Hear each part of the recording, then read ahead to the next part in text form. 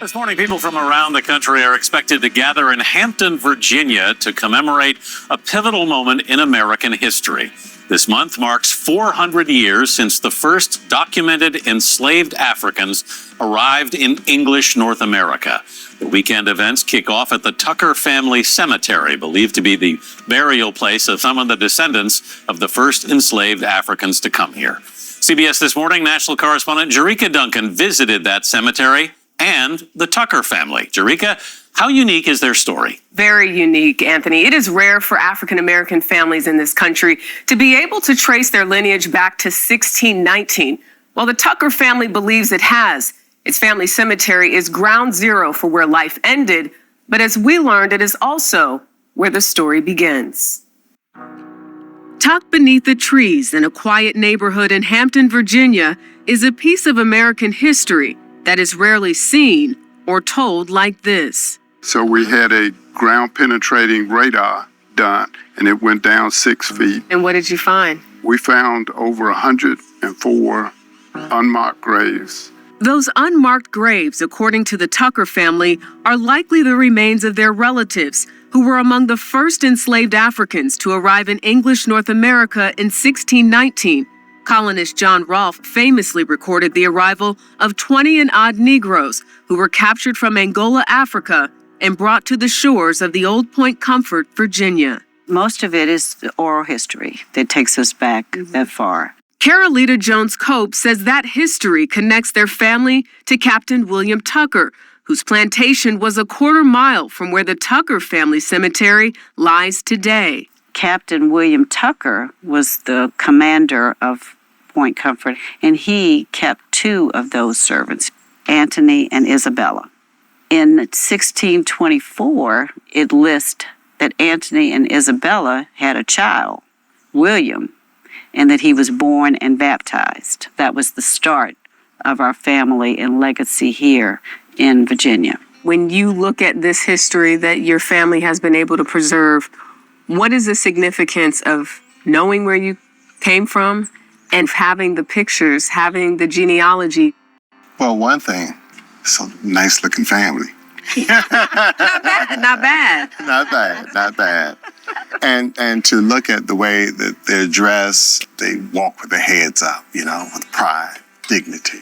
They were smart people. They were strong people. They were hardworking people. And that just gives me so much pride, knowing that that's stock that I come from. Uncovering their past has meant a lot to this family. Why do the connections matter? What does it give you a sense of, knowing where you came from? To now know that my African ancestry started so long ago and they survived, like they struggled. And I can't imagine the conditions that they lived in when they were here.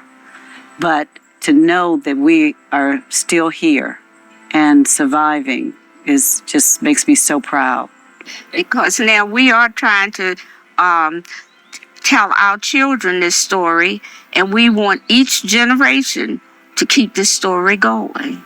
So this is what we're doing with these pictures, because this is our family. We face many challenges as people of color, African Americans. So it helps strengthen the next generation moving forward, to know what our ancestors have gone through and did. This family says tracing their roots is not just a history lesson for themselves, but a cultural lesson that will resonate worldwide. When you look at some of the debates that are happening in this country today around race relations, around immigrants, how does this play into that bigger narrative? I'm sorry, it's still a problem, and that it's the condition that we're living under now, that we're still trying to justify our existence here, because we built this country. We helped make it. The Tucker family will be featured in a new exhibit honoring the first Africans landing at Point Comfort. The site was later renamed Fort Monroe.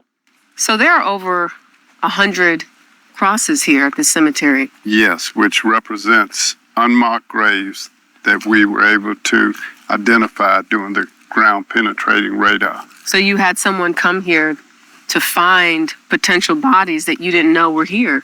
Exactly. When I started off, I was just a young man who was looking at this space as a very special space, and I just didn't think the nation would pay attention. Terry Brown is superintendent of Fort Monroe. Why do you think it's finally getting attention? Well, I think slavery and race is a very difficult subject for this nation.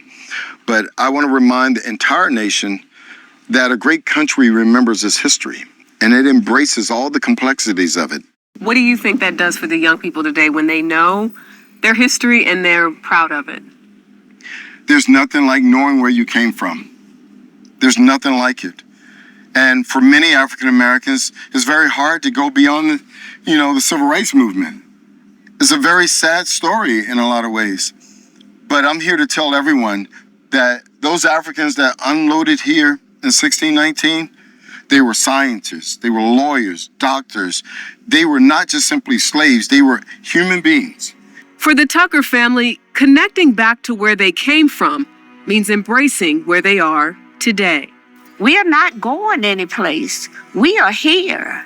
This is where we belong because our people helped to make America what it is. Regardless of whether they try to push us out or tell you to go back home or whatever it is, we are home. We are home and we are here. Efforts to commemorate 400 years of African American history have been embraced by both the Obama and Trump administrations. President Obama named Fort Monroe a national monument in 2011, recognizing this landmark's role in American history. And last year, President Trump signed a law establishing a 15-member commission to plan, develop, and carry out programs highlighting the contributions of African Americans in this country. Shariq, I'm interested, when you were there other people visiting or only the Tucker family? Well, this is an area for those who are visiting for that reason. They know to go to this cemetery. It's 2.2 acres, and it is just so rare to have a family that has held on to this history to be able to go and find out that there were more bodies than they expected. And shout out to Tony Furlow and Dexter Leon, who were the sound and photographers. They did an outstanding job. That sign there that said First Africans in Virginia looked a little lonely and like they could use some improving. People don't know about the significance, it seems like. I don't think so. And I'm actually planning a family reunion this year, and Hampton, Virginia is a place that I'm looking at because there is so much rich history there. And you wouldn't know that, I don't think, unless you are educating yourself. And a lot of people don't think about the 1619 as the start, right? And I think commemorating this year is very important. So I love what Terry Brown at Fort Monroe said, that a great country remembers its history and it embraces the complexities of it. That's right. It is complex. Right? We have to learn from the bad stuff, but also celebrate what's good. This is such an incredible story for this family to be able to trace its roots so far back before most people got to this country. Right. Tell us a little bit about the story of how those Africans came to Virginia on a ship that was actually bound for another country. Yeah, it was pirated, and then it sort of ends up here at Point Comfort, which is now Point Monroe. And there's so many rich stories there, but again, this family was so gracious to share their pictures, their documents, and hopefully others will be encouraged to look up their history and maybe give Hampton, Virginia some love.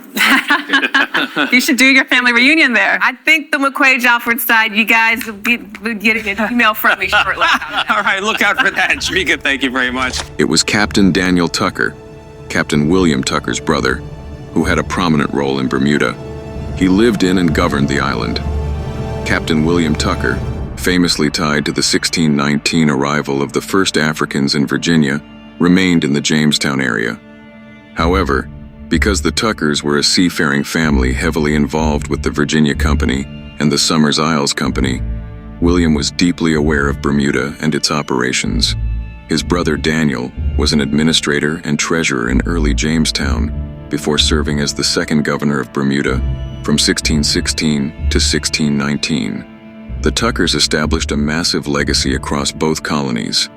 The original Bermuda Tuckers traced their roots to Governor Daniel Tucker, while Captain William Tucker left his name to William Tucker, who was the first documented child of African descent born in the Virginia colony in 1624.